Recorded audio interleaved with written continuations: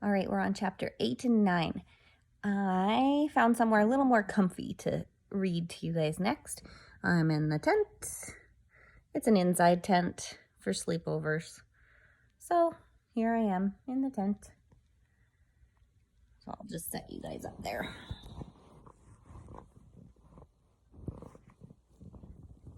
Hopefully I won't wiggle you around too much. Chapter 8, Dragon Water. Jack and Annie crouched together. Samurai were on both sides of them now. They were trapped. Jack pressed against the rock. The warriors stepped closer and closer. He looked to the right. He looked to the left. Jack held his breath. "Be nature," whispered Annie. "What?"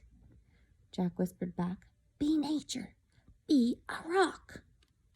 Oh, brother, thought Jack. This was nuts. But he squeezed his eyes shut, and he tried to be part of the rock. Jack tried to be as still as a rock, as solid as a rock, as quiet as a rock. Soon he started feeling as strong as the rock, as safe as the rock. He wanted to be the rock forever. Squeak! "He's gone," said Annie. "They're all gone." Jack opened his eyes. The samurai warrior was gone. Jack stood up and looked over the rock. The torches were gone too. "Let's go," said Annie. Jack took a deep breath. He felt great. He was getting more and more like a ninja every minute. Maybe even like a ninja master. "East," he said.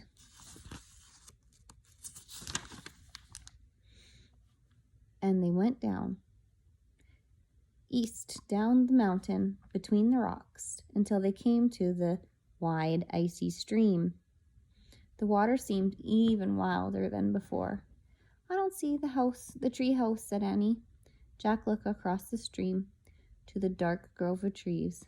Moonlight shone on their pale flowers. But where was the tree house? "I don't see it either," said Jack.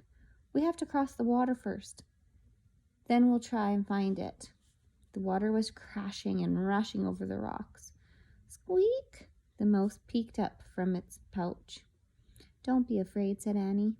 She patted the mouse's little head. "Be like us. Be like a ninja too." "Let's go," Jack said. He took a deep breath and stepped into the stream. The icy water swirled up to his knees. The current knocked him over. Jack grabbed some weeds. He held on tight as the water swirled around him. He was freezing to death. "Jack!" Annie grabbed Jack's arms. She helped him back onto the bank. "That was close," said Annie. Jack wiped off his glasses. Luckily, they hadn't fallen off into the water. "Are you okay?" asked Annie. "Not really," said Jack, his teeth chattering. He was chilled to the bone. "Well, we'll never get across," said Annie. "We'll drown if we try, or freeze to death," said Jack. He pulled off the hood of his sweatshirt. He didn't feel much like a ninja anymore. Annie pulled off her hood too. She sighed. "What can we do?" she said. Squeak! Peanut climbed out of Annie's sweatshirt pouch and leaped onto the ground. The mouse scampered away. "Peanut, come back," Annie called. "No," said Jack. "We have to follow Peanut." "Why?" asked Annie. We have to do what the master said," said Jack. "Follow nature." "Oh, right," said Annie. "Follow the Peanut." But where is Peanut? In the moonlight, Jack saw the little mouse. It was running through the grass along the stream. "There," he cried. "Come on." Annie hurried after Jack. Jack hurried after Peanut. They ran beside the rushing waters. A moonlit branch had fallen across a narrow part of the stream. It touched both shores. The mouse was running over the branch. "Peanut's going over a bridge," said Annie. She started to follow. "Wait!" cried Jack. We can't go on that branch. It's too small. It'll break.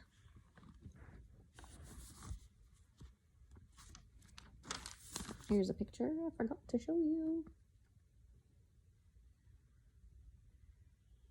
That's them crossing the wild river. Chapter 9, Mouse Walk. The mouse vanished into the tall grass on the other side of the stream. Jack and Annie stared at the tree branch. We have to try to cross it, said Annie. We're supposed to follow nature. Forget it, said Jack. It's too little. It'll crack in a second.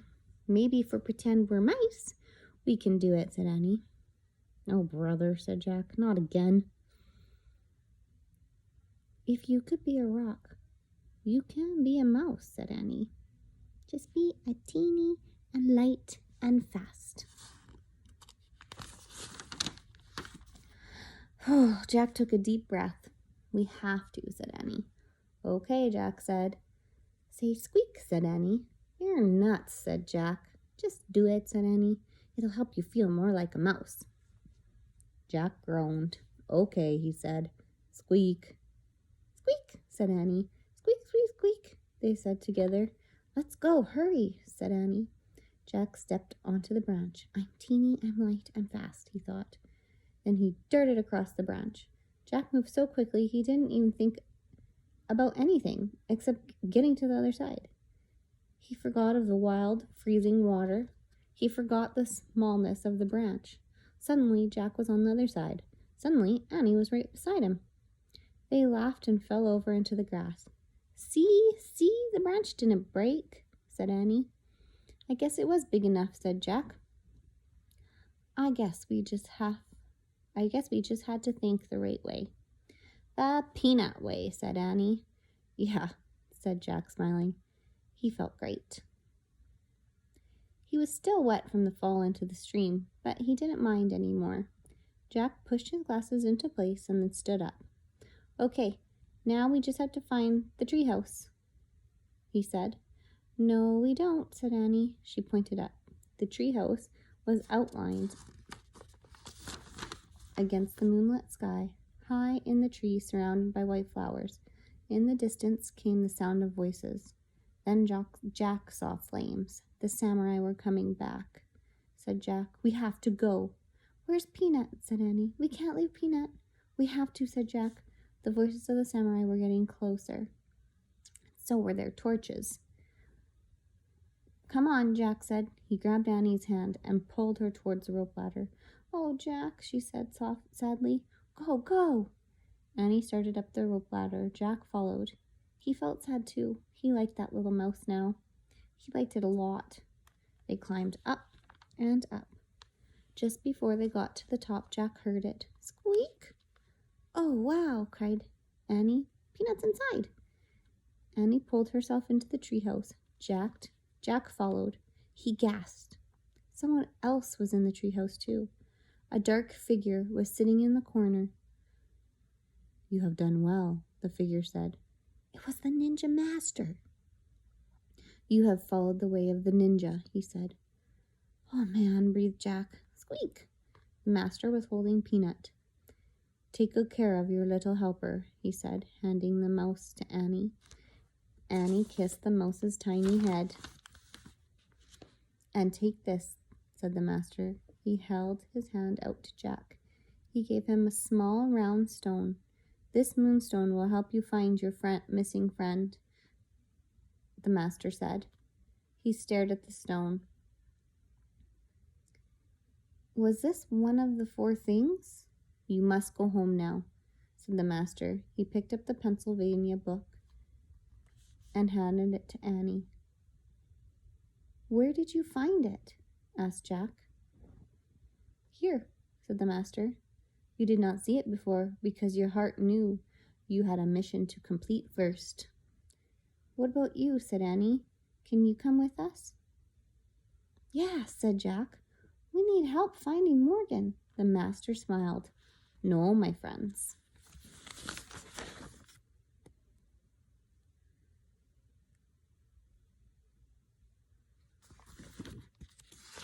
No, my friends, I must stay here.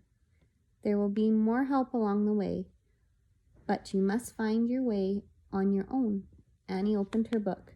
She found the picture of Frog Creek. She pointed to it. I wish we could go there, she said, and the wind started to blow. The white flowers started to shake. Clouds covered the moon. Remember, the master said, keep a kind heart. Then he swung silently down the rope ladder. He disappeared into the dark night. Wait, Jack called. There was so much more he wanted to ask the master, about nature, about ninjas, about the mission. But the treehouse started to spin. It spun faster and faster. Jack gripped the stone in his hands. He squeezed his eyes shut. Then everything was still. Absolutely still. All right, we have chapter 10. I'm going to read it too. It's our last chapter. Chapter 10. Night, Peanut. Jack opened his eyes. Then he opened his fist. He stared at the moonstone in his hand. It was clear and smooth. It almost seemed to glow. We're home, said Annie. Squeak. Annie and the mouse were looking out the window. Jack looked at them. The sun was setting in the distance. No time had passed in Frog Creek. They heard the neighbor's dog Henry bark. They heard crickets chirping. In the distance, they could see their dad step out of their house. He stood on their porch. Jack, Annie, he called. Time for dinner. Coming, Annie shouted. Jack sat back on his heels. He looked at the moonstone again. I guess we have one of the 4 things, he said. We'll look for the other 3 tomorrow, Annie said. Jack nodded. They had a lot more work to do. He put the moonstone in his pocket. He pulled on his hat. Ready, he said. Wait, said Annie. She took off one of her sneakers.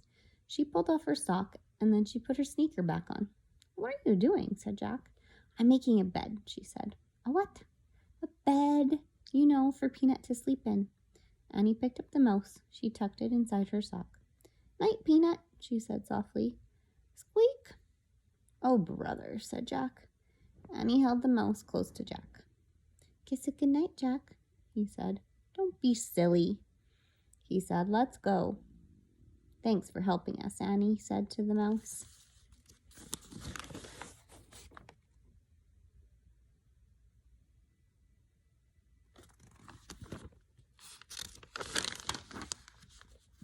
She put Peanut gently down on the glowing M and pulled Morgan's message out of her pouch. She put it next to the mouse. See you tomorrow, she said. Then she started down the ladder. Jack stared at the mouse. It looked back at him. For a moment, its dark eyes looked old and wise.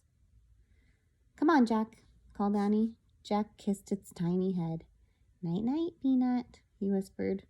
Then Jack headed down the rope ladder. It got darker and darker as he went down. By the time he stepped onto the ground, it was almost completely black. Where are you? Said Jack. Here, said Annie. Her hand bumped his. He took it. Careful, he said. Careful yourself, she said. Together they took off through the cool, dark woods.